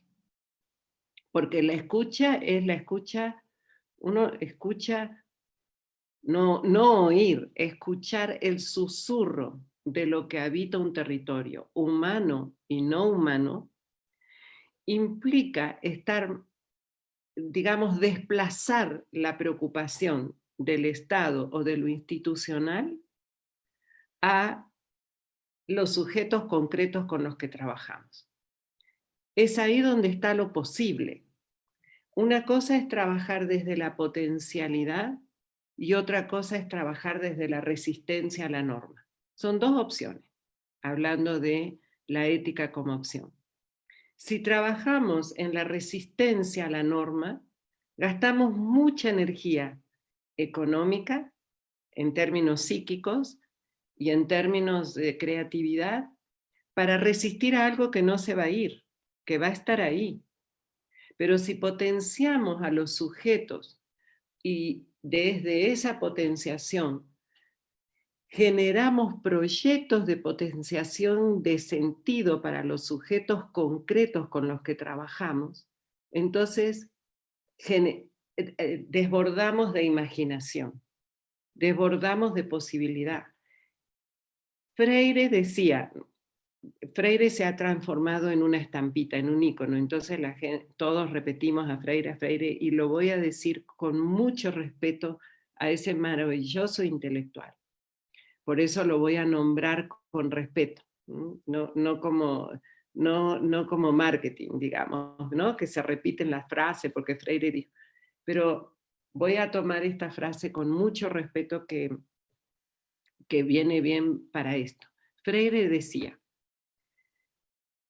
el poder es usar al máximo el mínimo espacio que el orden dominante nos deja.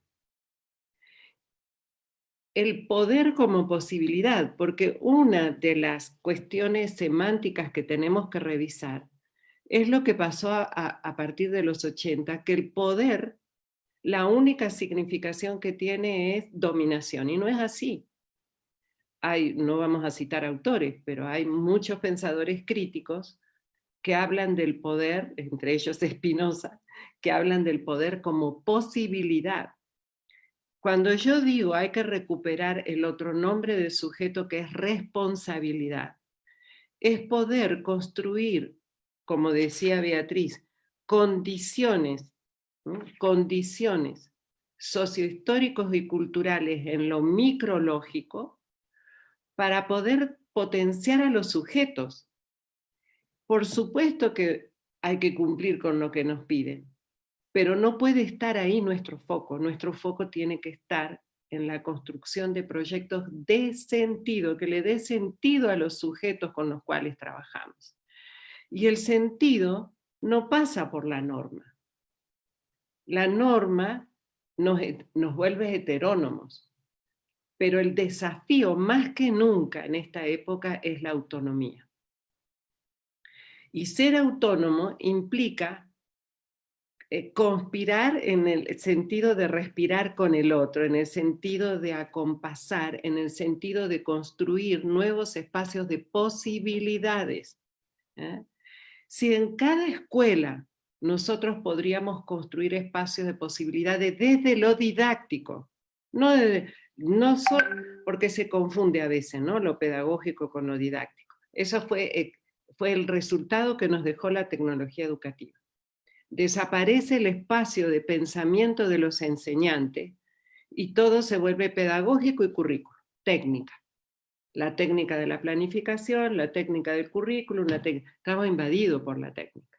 Y ahora por las mediaciones telemáticas que no se van a ir. Que está generando problemas gravísimos en términos de construcciones simbólicas, porque no es lo mismo pensarlo analógico concreto que lo virtual. En términos, siempre existió la virtualidad, pero en términos telemáticos. Y por otro lado, lo que esto está trayendo como consecuencias para las mayorías. Yo he trabajado hace unos días con maestros que no tienen computadora, que tienen que atender a sus estudiantes con sus celulares, pagándose ellos los minutos y menos los padres, trabajando en sectores populares. Entonces, ¿a qué problemas vamos a mirar? Y a veces, y no digo que no hay que dejarlos mirar, los problemas macro nos absorben a tal modo que olvidamos mirar lo micrológico como posibilidad de espacios, de proyectos de sentido en perspectiva de potenciación de sujetos. Y eso sería generar condiciones también de microverdades, de microjusticia, de micromemoria, que son en definitiva las que configuran las macros más allá de los informes, ¿no? En la voz de los sujetos y en las representaciones de los sujetos localizados. Me volví a pasar de los minutos, pero es que son problemáticas muy densas, como dice Martita, y como decís vos, y como todos estamos sintiendo y pensando al ponerlos en evidencia. Gracias, Jaime. Gracias a ti, Estela, por esos aportes tan valiosos que nos has hecho esta mañana.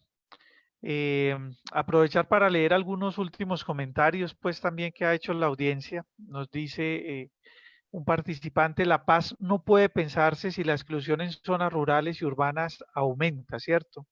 Un país, pues, sobre todo en el caso colombiano, en donde la ruralidad ha sido pues marginada y desafortunadamente pues encontrar que un acuerdo como el que se construyó con las FARC ponía allí un énfasis tan grande y que ha pues sido desconocido de pronto y obstaculizado y de pronto hay mucha desidia al momento de su implementación.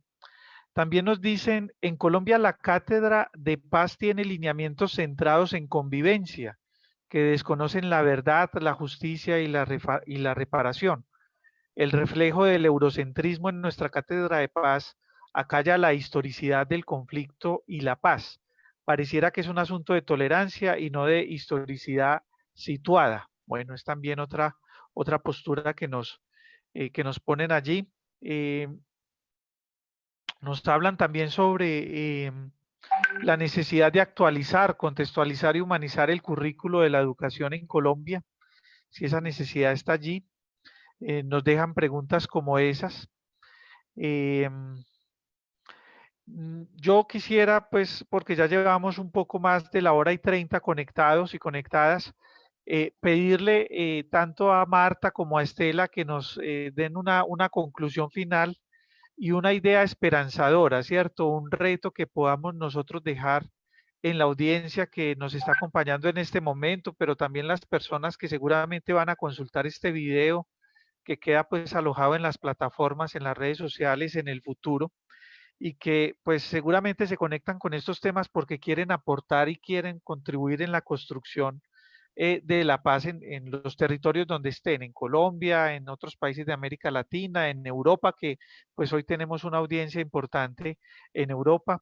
Eh, ¿Cuáles serían conclusiones finales, conclusiones muy fuertes y mensajes de esperanza, mensajes alentadores que nos inviten a nosotros a la acción a propósito de esta reflexión que hemos construido en esta mañana? Entonces, comencemos con Marta, Alfonso, y aprovecho pues Marta también para reiterarte todo el agradecimiento del equipo que organiza la cátedra por tu participación y por tus valiosos aportes. Bueno, mira, Jaime, hay una cosa que tú dices ahora frente a precisamente ese debate de lo que entendemos nosotros como después de todos estos debates, por dónde las salidas. Y yo creo que la profe Elena nos deja algo que a mí me hubiera gustado, pues yo sé que el tiempo no va, pero da casi para una sola cátedra, que es el debate de la construcción desde lo micro. Para mí eso es esencial, desde lo micro y desde el hacer, desde el cotidiano. Y lo digo por la experiencia, o sea, yo hice un trabajo de investigación que se llama Narrativos de Maestros Víctimas de la Violencia Antisindical contra, que fue donde empecé como el trabajo más de investigación y más de darle cuerpo. Y lo hicimos desde la investigación, acción colectiva. Nosotros, los investigadores, éramos los escribientes. Y eso fue una experiencia muy bonita porque era escuchar lo que el otro había hecho. Y lo cogimos generacional. Bueno, eso es parte como del trabajo de memoria de ADIDA, del Sindicato de Antioquia. Pero cuando yo decía, yo hay una cosa que entendí, que cada persona que estaba interesada realmente en construir procesos sociales era una práctica, no era una teoría. Y esa fue una discusión con mi carrera y cambiamos de directora de tesis de grado, que era una persona excelente, la que estaba, pero nosotros queríamos hablar era de lo que vivían los maestros, de las prácticas, incluso queríamos hablar del maestro rural, pero después decidimos hablar de eso por una serie de situaciones y creo que ahí es donde está la fuerza que tiene las posibles transformaciones y a eso yo le llamo poder. Ese es un poder que tenemos nosotros que está implícito en los maestros y no es el poder de mando, el de la disciplina, el de las órdenes, ese poder de llegar hasta el último espacio del territorio, de llegar a las comunidades con más dificultades, pero también de generar otros mundos posibles, otros mundos nuevos y de construir obviamente esos procesos, incluso de construir mucho de lo que nos han dicho que es y no es. Entonces creo que ahí hay ese llamado a los maestros, a las maestras, a los, voy a decir así, educadores populares, porque no solamente somos los que estamos en las instituciones, Claro. creo que ellos lo han hecho más, para que realmente nosotros logremos trascender en construir desde ahí, desde ese entorno y desde ese contexto que fue una de las cosas buenas que tiene la ley 115, ¿no? Esa autonomía de recuperarla y de poderla, en el caso de Colombia, y poder construir eso, que se contrapone precisamente a ese funcionalismo y que en el caso de estos países que todos nos han impuesto la evaluación a los docentes nuevos, yo hago parte del magisterio que entró bajo sistema de evaluación, soy del decreto 1278, nosotros presentamos 3 evaluaciones y todo el tiempo estamos siendo evaluados. Entonces, esto es lo que nos ha llevado al funcionalismo. ¿Cómo hacer para romper esto? Porque de aquí voy a salir a una charla sobre evaluación de desempeño con un grupo, donde lo que voy a decir les conteste así, diga así, haga así, anexe la evidencia así, evidencia, evidencia, evidencia. Y eso nos ha hecho perder a nosotros, pero ese es el objetivo del decreto. El decreto 278 es un decreto de control ideológico y político. Está el problema económico de flexibilización laboral, que son las herramientas de castigo para condicionar nuestra mente. Pero lo digo y yo creo que lo voy a decir, los compañeros y compañeras saben que muchos de nosotros del decreto 78 hemos sobrepasado eso, incluso estando en la escuela. Yo volví a estar en la escuela del 2015 al 2018, 3 años, y les decía a mis compañeros, uno puede también romper eso con sus prácticas. Y Totalmente. obviamente hay una sobrecarga laboral. Totalmente. Pero lo puede romper, y creo que eso lo mostré con mis compañeras. Yo tenía primero primaria y cómo podíamos generar unos proyectos y unos discursos con estos niños en proyectos transversales. Hicimos cosas bonitas que se pueden generar en una comunidad que es bastante pobre, ahí en Moravia, Aranjuez.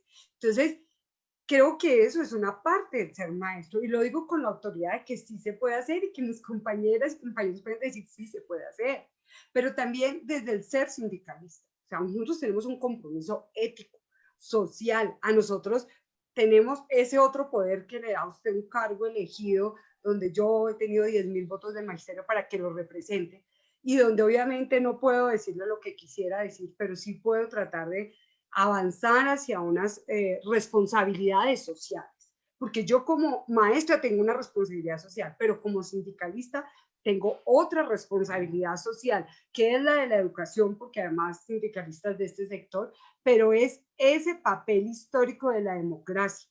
Y por eso para mí el trabajo de derechos humanos no podía seguir siendo reportes de las amenazas, y eso hay que hacerlo, porque es parte de nosotros, de proteger la vida, de todo eso, sino trabajar estos aspectos. Y cerrar aquí con algo, FECODE tiene un proyecto que se llama Escuela Territorio de Paz. Venimos fundamentándolo desde la Secretaría de Pedagógicos, desde la educación sindical, pero creo que se ha unido el componente de derechos humanos, que es precisamente construir no solo los informes, sino construir en el término de la formación política la necesidad precisamente de construir otra Colombia posible, otro discurso, otros sueños de vida que tienen que rebasarse precisamente cuando uno reconoce lo que pasó.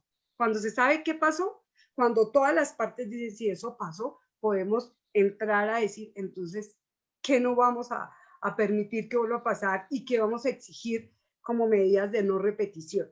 Entonces, ese debate, nosotros tenemos una responsabilidad de que se vuelva de todos los maestros, no una consigna, no una frase, Escuela Territorio de Paz, sino un hecho real de los actores sociales y obviamente educativos de este país. Eso es una necesidad, y yo, a pesar de que sí, lloro mucho, me golpean a veces mucho las situaciones, ya casi lo estoy haciendo las entrevistas personalmente porque no he logrado ponerme en ese tercer plano, le digo a los compañeros y compañeras que las enseñanzas que yo he tenido de vida de personas muy sencillas son las más valiosas en estos procesos, porque son capaces de pasar por encima de los dolores para dar vida, esperanza y volverse a parar. Entonces, les pongo un ejemplo y que me tiene como idea. Las madres de Soacha están haciendo las Los tapabocas. tapabocas. O sea, yo veía a una de esas mamás, vi que es parecido a lo de las madres de Mayo, cómo se vuelven líderes de su dolor, lo pasan del dolor y de sentirse golpeado a asumirlo como un liderazgo. Eso es poder para mí. Y de transformar y organizar esas madres y enfrentarse y exigir el derecho a la verdad y a la dignidad de sus hijos e hijas que han sido desaparecidos y asesinados, pero también esa capacidad de organizarse socialmente. Y hoy están haciendo una jornada porque han recogido plata con los tapabocas para ayudar a las comunidades indígenas que están en la calle y en el parque El Tercer Milenio. Entonces, esas solidaridades, ese estrecharse las poblaciones, las comunidades y esos dolores, volverlos fuerza en lo político, en lo social, en ese tipo de armonía y de vidas y de comunicaciones, yo creo que le demuestran aún que esta necesidad de saber lo que pasó pasa precisamente por construir otros mundos posibles y nos llenan de esperanza y de sueños y de creer que de verdad que las nuevas generaciones merecen otro mundo, un mundo sin destrucción. Obviamente a esto se contrapone que ayer en el Senado votan todas las leyes para favorecer la extracción de carbón, de petróleo, de todo, destrucción ambiental. Y aquí viene el respaldo a nuestros líderes de lideresas sociales, a los que han asesinado y a los que están vivos, porque esta lucha en el territorio es de todo el país, es de todo. Y en ese sentido, creo que hoy las agendas se van transformando, pero también hay muchos más actores sociales que asumen con responsabilidad esos liderazgos desde lo micro allá, desde la vereda, desde el corregimiento, hasta las grandes estructuras y que deben juntarse todo, lo que llamamos nosotros ahí sí la juntanza de todos para que se transformen estas realidades y hagamos países vivibles, esperanzadores y posibles. Y yo sé que eso es posible, yo nunca pierdo la esperanza independiente de los dolores que sentimos. Y agradecerte de verdad este espacio, quedan muchas cosas por trabajar ya en la práctica de construcción de estos procesos en el territorio, pero creo que es abrir esos escenarios y esas lecturas. Y Muchas gracias por gracias. compartir con la profe Elena, contigo, Jaime. Lástima que Alfonso no se pudo conectar, pero... Exactamente, sí. Muchas gracias, Marta, por tus aportes y muchos éxitos, ¿cierto? En tu trabajo sindical y en esa responsabilidad en materia de derechos humanos que tienes, que es es un espacio de muchas satisfacciones, pero también difícil, como dices, ¿cierto? Que tiene sus complejidades y exige sus compromisos. Muy bien, ahora sí escuchemos a Estela. Estela, un mensaje esperanzador, una conclusión que quieras compartir, algo que nos invite a la acción a propósito de estas reflexiones de esta mañana. Bueno, ay, qué rica esa invitación y qué rico compartir este espacio con gente esperanzada, como Marta, como Alfonso, como todo el equipo de Cavilando que está generando esta condición de posibilidad donde poder pensarnos como sujetos históricos capaces de generar en los microespacios proyectos de sentido en camino de sembrar paz en cada corazón, en cada alma, ¿no? Y yo creo profundamente que en la medida en que podemos descubrir los principios organizadores y ordenadores del presente, vamos a poder recuperar espacios de posibilidades con proyectos de sentido. En cada pueblito, en cada lugar, conozco muy cercano, amo es Colombia, tan verde como su esperanza, a propósito, si el verde puede simbolizar esperanza, ¿no? Pero y creo que tenemos el desafío de volver a aprender a escuchar, pero de escuchar sentidos y significados que todos nosotros como sujetos sociales estamos replicando. ¿no? Porque son esos sentidos y esos significados los que nos van a permitir generar prácticas de memoria en lo micrológico. Poder problematizar más que juzgar lo que el otro dice, porque ahí vamos a generar unas prácticas de justicia distribuida en lo micrológico desde cada uno de nosotros. Preguntar, problematizar, para que cada uno haga conciencia, es decir, para ampliar conciencia de por qué se piensa como se piensa. Como este señor que no quería votar la paz porque iban a soltar a los guerrilleros y le iban a cortar los dedos. O sea, preguntar más que juzgar. ¿Y por qué usted cree que piensa eso? O sea, si nos volvemos sujetos activadores de ampliación de conciencia donde estamos, cómo estamos y con quién estamos, a partir de juzgar menos y problematizar más los sentidos con los que se organiza el pensar la realidad, el ponernos en relación con el otro, podemos hacer prácticas de paz. Porque es más fácil decirle a la señora que me viene a casi a demandar porque deja la bolsita con hojas, pero ¿por qué está tan molesta? A ver qué es lo que te molestó. Hay que detenerse en el otro. El orden dominante nos aliena el tiempo. Es la frase más repetida, y entonces no, hay que detenerse, aprender a escuchar es detenerse en la mirada del otro, en poder ser uno, sembrador de relaciones amorosas, aunque parezca un poco romántico decirlo, ¿verdad?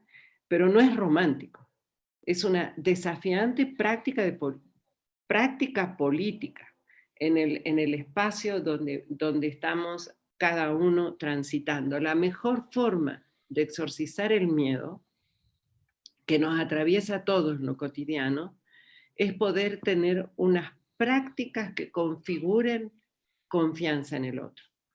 Aunque uno sí, porque últimamente dar papaya es confiar. El que confía pierde. El que mira al otro pierde. No hay que hacerse cargo de nadie. Y este es el otro tema. Asumamos el otro nombre del sujeto, responsabilidad. Yo sí tengo que ver con lo que está pasando en lo macro tanto como en lo micro. Ampliar posibilidades didácticas. Aprendamos a manejar lo metodológico, no solamente lo instrumental. Y por último, comparto lo que dice Martita. Hay que valorar más la experiencia como dispositivo de construcción de conocimiento histórico. Porque si no construimos conocimiento histórico, no vamos a construir memoria. Y la otra cosa, esto de el poder como posibilidad. América Latina está transitada de madres de Soacha, de las madres de Mayo, de las madres de Ayotzinapa. Son mujeres que dejan la plantación en lo rural y pasan a ser líderes, como dijo Martita, pero siempre y cuando el poder se entienda como posibilidad de construir y sembrar futuro. Porque esas mujeres no están teorizando sobre el derecho, están asumiendo la vida. Entonces la esperanza está en cambiar las coordenadas de muerte, de desconfianza y de miedo por unas coordenadas de apertura al otro y por unas coordenadas de lo posible. Si no creemos que es posible, nos vamos a seguir acomodando al orden dominante porque nos conviene económicamente, porque nos da seguridad y nos estabiliza la cabeza. Entonces eso no nos compromete. Entonces, muchas gracias por este espacio complejo. Recién conversando con mi hija le decía, ay Dios mío, que tanto para decir en tan poco tiempo, y lo único que espero es que cada una de nuestras palabras quede resonando en el corazón, en el alma, para poder ser pensamiento de cada uno, y que este espacio nos sirva para encontrarnos. Las comunidades de trabajadores por la cultura y la cultura de exorcización del miedo y la violencia, tenemos que encontrarnos más y más para poder pensar juntos y respirar juntos por lo posible. Gracias infinita a Cavilando, que siempre genera estos espacios. Gracias, Martita. Y un cariño para todos. Muchas gracias a ti, Estela, Excelente espacio. Sí. muchas gracias, Estela, por tu participación también. Queremos agradecer la participación de nuestras invitadas. También queremos agradecer a quienes nos acompañaron desde las redes sociales, ¿cierto? Esperamos que este espacio haya propiciado la reflexión y que nos regale muchas pistas para orientar nuestra acción política. Yo quiero aprovechar para invitarlos a la próxima cátedra. La cátedra se ha denominado Las tensiones en la construcción de la verdad. Tenemos 3 invitados especiales muy valiosos. Va a estar con nosotros Carlos Martín Beristain, médico y psicólogo español con vasta experiencia en atención psicosocial de víctimas en el mundo. Fue asesor de varias comisiones de la verdad en diversos países y es comisionado en la Comisión de la Verdad de Colombia. También va a estar Marta Villa, historiadora, investigadora, docente universitaria. Juan Carlos Ospina también nos acompañará. Él es abogado, especialista en cultura y paz, magíster en derechos humanos, abogado de la Comisión Colombiana de Juristas y profesor de la Universidad de los Andes. Y la moderación en esa ocasión, pues la va a realizar Lina Fernanda González, quien es directora de la especialización de cultura de paz y derecho internacional humanitario de la Facultad de Humanidades y Ciencias Sociales de la Pontificia Universidad Javeriana en su sede de Cali. Recuerden que esta cátedra, Las tensiones en la construcción de la verdad, será el próximo sábado 5 de septiembre a partir de las 10 de la mañana, pues en Colombia, y las 17 horas en Europa, por este mismo canal, por esta misma página. La programación completa de la cátedra, recordarles que la pueden consultar en www.cavilando.org. Allí pues encuentran toda la programación que se tiene para las semanas siguientes. También si quisieran conocer de pronto los temas que se van a abordar mucho más adelante, ¿cierto? Quiero pues invitarlos para que diligencien la evaluación de esta cátedra en el link que se ha puesto en las redes sociales, ¿cierto? Pueden presionar allí, ellos los lleva a un formulario donde ustedes pueden diligenciar la evaluación de esta cátedra. Y finalmente, agradecer a Luis Bonilla por su esfuerzo para participar. Él no nos pudo acompañar porque inclusive tuvo dificultades en la conexión, pues se fue la luz en el sector en donde él estaba ubicado y no tuvo la posibilidad de conectarse, pero agradecerle a Luis Bonilla sus esfuerzos y pues el grupo de organizadores estará buscando también una reprogramación para nosotros conocer los aportes de Luis en este espacio. Entonces, muchas gracias a todos y a todas por su asistencia el día de hoy y nos vemos, Dios mediante, el próximo sábado. Muchas gracias.